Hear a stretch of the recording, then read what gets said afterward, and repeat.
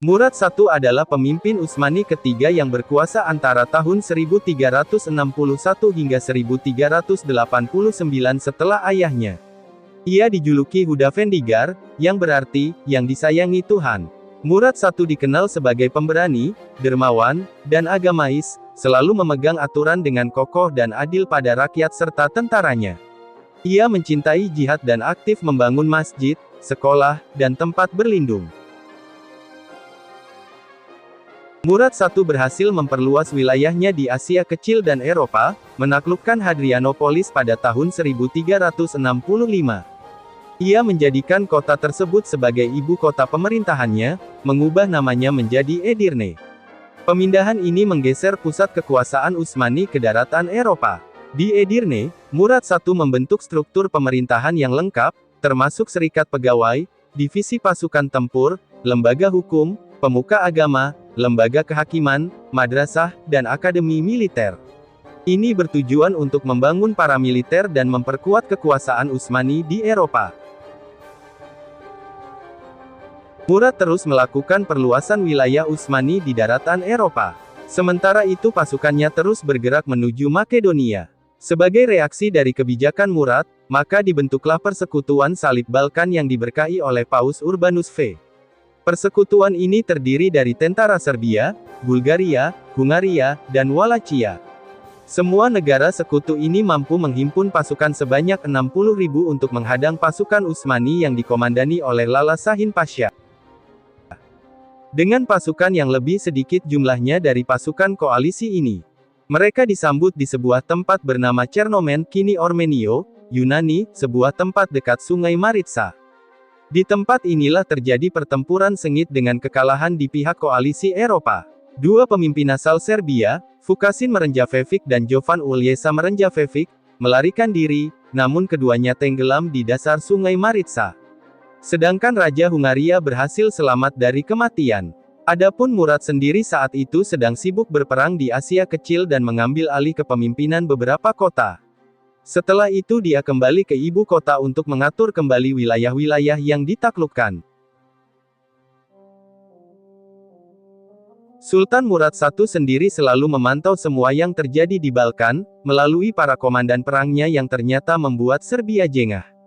Mereka berkali-kali mengambil kesempatan ketidakhadiran Sultan di Eropa, untuk menggempur pasukan Utsmani di Balkan dan wilayah sekitarnya. Namun mereka selalu gagal dan tidak pernah mendapat kemenangan berarti. Oleh karena itulah pasukan Serbia, Bosnia, dan Bulgaria bersekutu dan segera menyiapkan tentara salib Eropa dalam jumlah yang demikian banyak untuk memerangi Utsmani, kali ini dengan persiapan yang matang dan kuat, menyerbu wilayah Kosovo di Balkan. Ada sebuah peristiwa menarik saat itu. Seorang menteri Murad yang saat itu datang dengan membawa Al-Quran, tanpa sengaja membuka musyafnya dan pandangannya jatuh tepat pada surah Al-Anfal ayat 65, "Hai Nabi, kobarkanlah semangat para mukmin untuk berperang. Jika ada 20 orang yang sabar di antaramu, niscaya mereka akan dapat mengalahkan 200 orang musuh. Dan jika ada 100 orang yang sabar di antaramu, niscaya mereka akan dapat mengalahkan 1000 daripada orang kafir, disebabkan orang-orang kafir itu kaum yang mengerti." Seluruh yang hadir merasakan kemenangan akan segera tiba dan kaum muslimin bersuka cita dengannya. Kedua belah pasukan bertemu di Kosovo pada Juni tahun 1389. Pasukan Utsmani dipimpin oleh Murad dengan kedua putranya, Bayezid dan Yakub. Pasukan Serbia dipimpin oleh Lazar Hrebeljanović. Terdapat perbedaan pendapat mengenai jumlah pasukan, dengan perkiraan antara 12.000 hingga 30.000 orang untuk pasukan Kristen dan 27.000 hingga 40.000 orang untuk pasukan Utsmani. Pertempuran di Kosovo menyebabkan kerugian besar bagi kedua belah pasukan.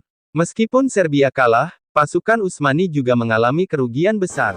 Hal ini menyebabkan penundaan perluasan wilayah Utsmani. Menurut beberapa sumber, pasukan Utsmani berjumlah sekitar 30.000 hingga 40.000 orang, sementara pasukan Kristen Ortodoks berjumlah sekitar 15.000 hingga 30.000 orang. Perbedaan estimasi jumlah pasukan menunjukkan kompleksitas pertempuran dan dampaknya bagi kedua belah pihak. Terdapat perbedaan pendapat mengenai kematian Murad. Sumber kontemporer utama menyatakan bahwa Pangeran Lazar dan Murad kehilangan nyawa saat pertempuran. Ada sumber barat yang menyebutkan bahwa Murad dibunuh oleh bangsawan Serbia, Miloš Obilić, dengan pisau. Sumber Utsmani menyatakan bahwa Murad diserang oleh pasukan musuh yang tiba-tiba muncul dan menusuknya dengan belati. Ada juga sumber yang menyebutkan bahwa seorang bangsawan Serbia bernama Miloš Ban membunuh Murad dengan belati yang disembunyikan di mantelnya. Murad I mewarisi kekuasaan yang besar dari ayahandanya, Orhan, dengan luas mencapai 95.000 km persegi. Selama 29 tahun kekuasaannya, Murad berhasil memperluas wilayah Utsmaniyah hingga 5 kali lipat dari peninggalan ayahandanya. Meskipun daftar Sultan Utsmaniyah dimulai dari Osman I, Murad adalah pemimpin Utsmaniyah pertama yang resmi menggunakan gelar Sultan pada tahun 1383. Tradisi Yunani menyebut pembunuh Murad dengan nama Miloš, yang berpura-pura berpihak pada Utsmaniyah sebelum membunuh Murad dengan tombak.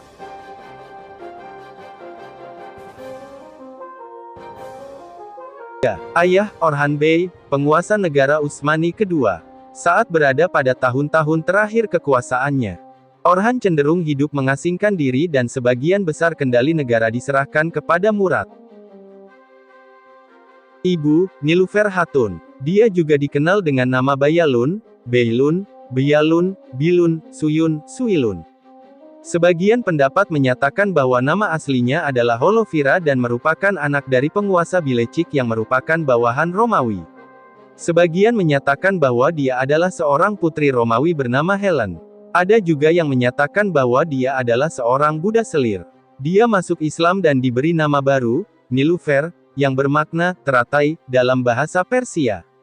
Nilüfer menjadi ibu suri, Valide Hatun, saat Murad naik tahta. Setelah Nilüfer meninggal, Murad membangun Nilüfer Hatun Imareti, dapur umum Puan Nilüfer pada 1388 untuk menghormati almarhumah. Gulçiçek Hatun. Menurut tradisi, Gulçiçek awalnya istri dari Aklan Bey, salah satu pangeran dari Kadipaten Karesi. Setelah kadipaten ini ditaklukkan oleh Utsmani pada masa Orhan, Gulçiçek dibawa di Istana Utsmani. Beberapa upaya dilakukan untuk menikahkan Gulçiçek dengan beberapa laki-laki, tetapi dia menolak semua nama-nama yang diajukannya sampai Murad yang mengajukan dirinya sendiri. Mereka menikah pada 1359. Gulçiçek membangun masjid dan makam di Bursa yang kemudian menjadi tempatnya dikebumikan. Dan yang kedua adalah Pasamelek Hatun, putri Kizil Murad Bey. Yang ketiga Kara Tamara Hatun, putri Ivan Alexander, Tsar Bulgaria. Tamara yang terkenal akan kecantikannya menjadikan Murad berniat mempersuntingnya, juga sekaligus untuk menjalin perdamaian di antara Utsmani dan Bulgaria. Saudara Tamara, Tsar Ivan Sisman, awalnya menolak. Namun, karena tidak bisa menghentikan pergerakan Utsmani, Ivan pada akhirnya membawa Tamara di ibu kota Utsmani. Tamara masih tetap menjadi pemeluk ortodoks setelah menjadi istri Murad. Dia meninggal dan dimakamkan di Bursa bersama anggota keluarga Utsmani yang lain. Sultan Bayezid tahun 1360 sampai tahun 1403 putra dari Gulçiçek. Menjadi Sultan Utsmaniyah sepeninggal Murad. Yakub Çelebi, sekitar tahun 1362 sampai 20 Juni tahun 1389. Safçi Bey, sekitar 1364 November tahun 1385. Dia dan Andronikus bersekutu melawan ayah mereka masing-masing, Sultan Murad dan Kaisar Ioannes V. Safçi dihukum mati oleh Murad, sedangkan Andronikus yang menyerah kepada ayahnya dipenjara dan dibuat buta atas desakan Murad. Yahsi, putra dari Gulçiçek. Ibrahim Bey, sekitar 1365 sekitar 1385. Nefise Hatun, Ozer Hatun, Erhundi Hatun, Miriali Hatun, Nilüfer Hatun. Thank you for watching.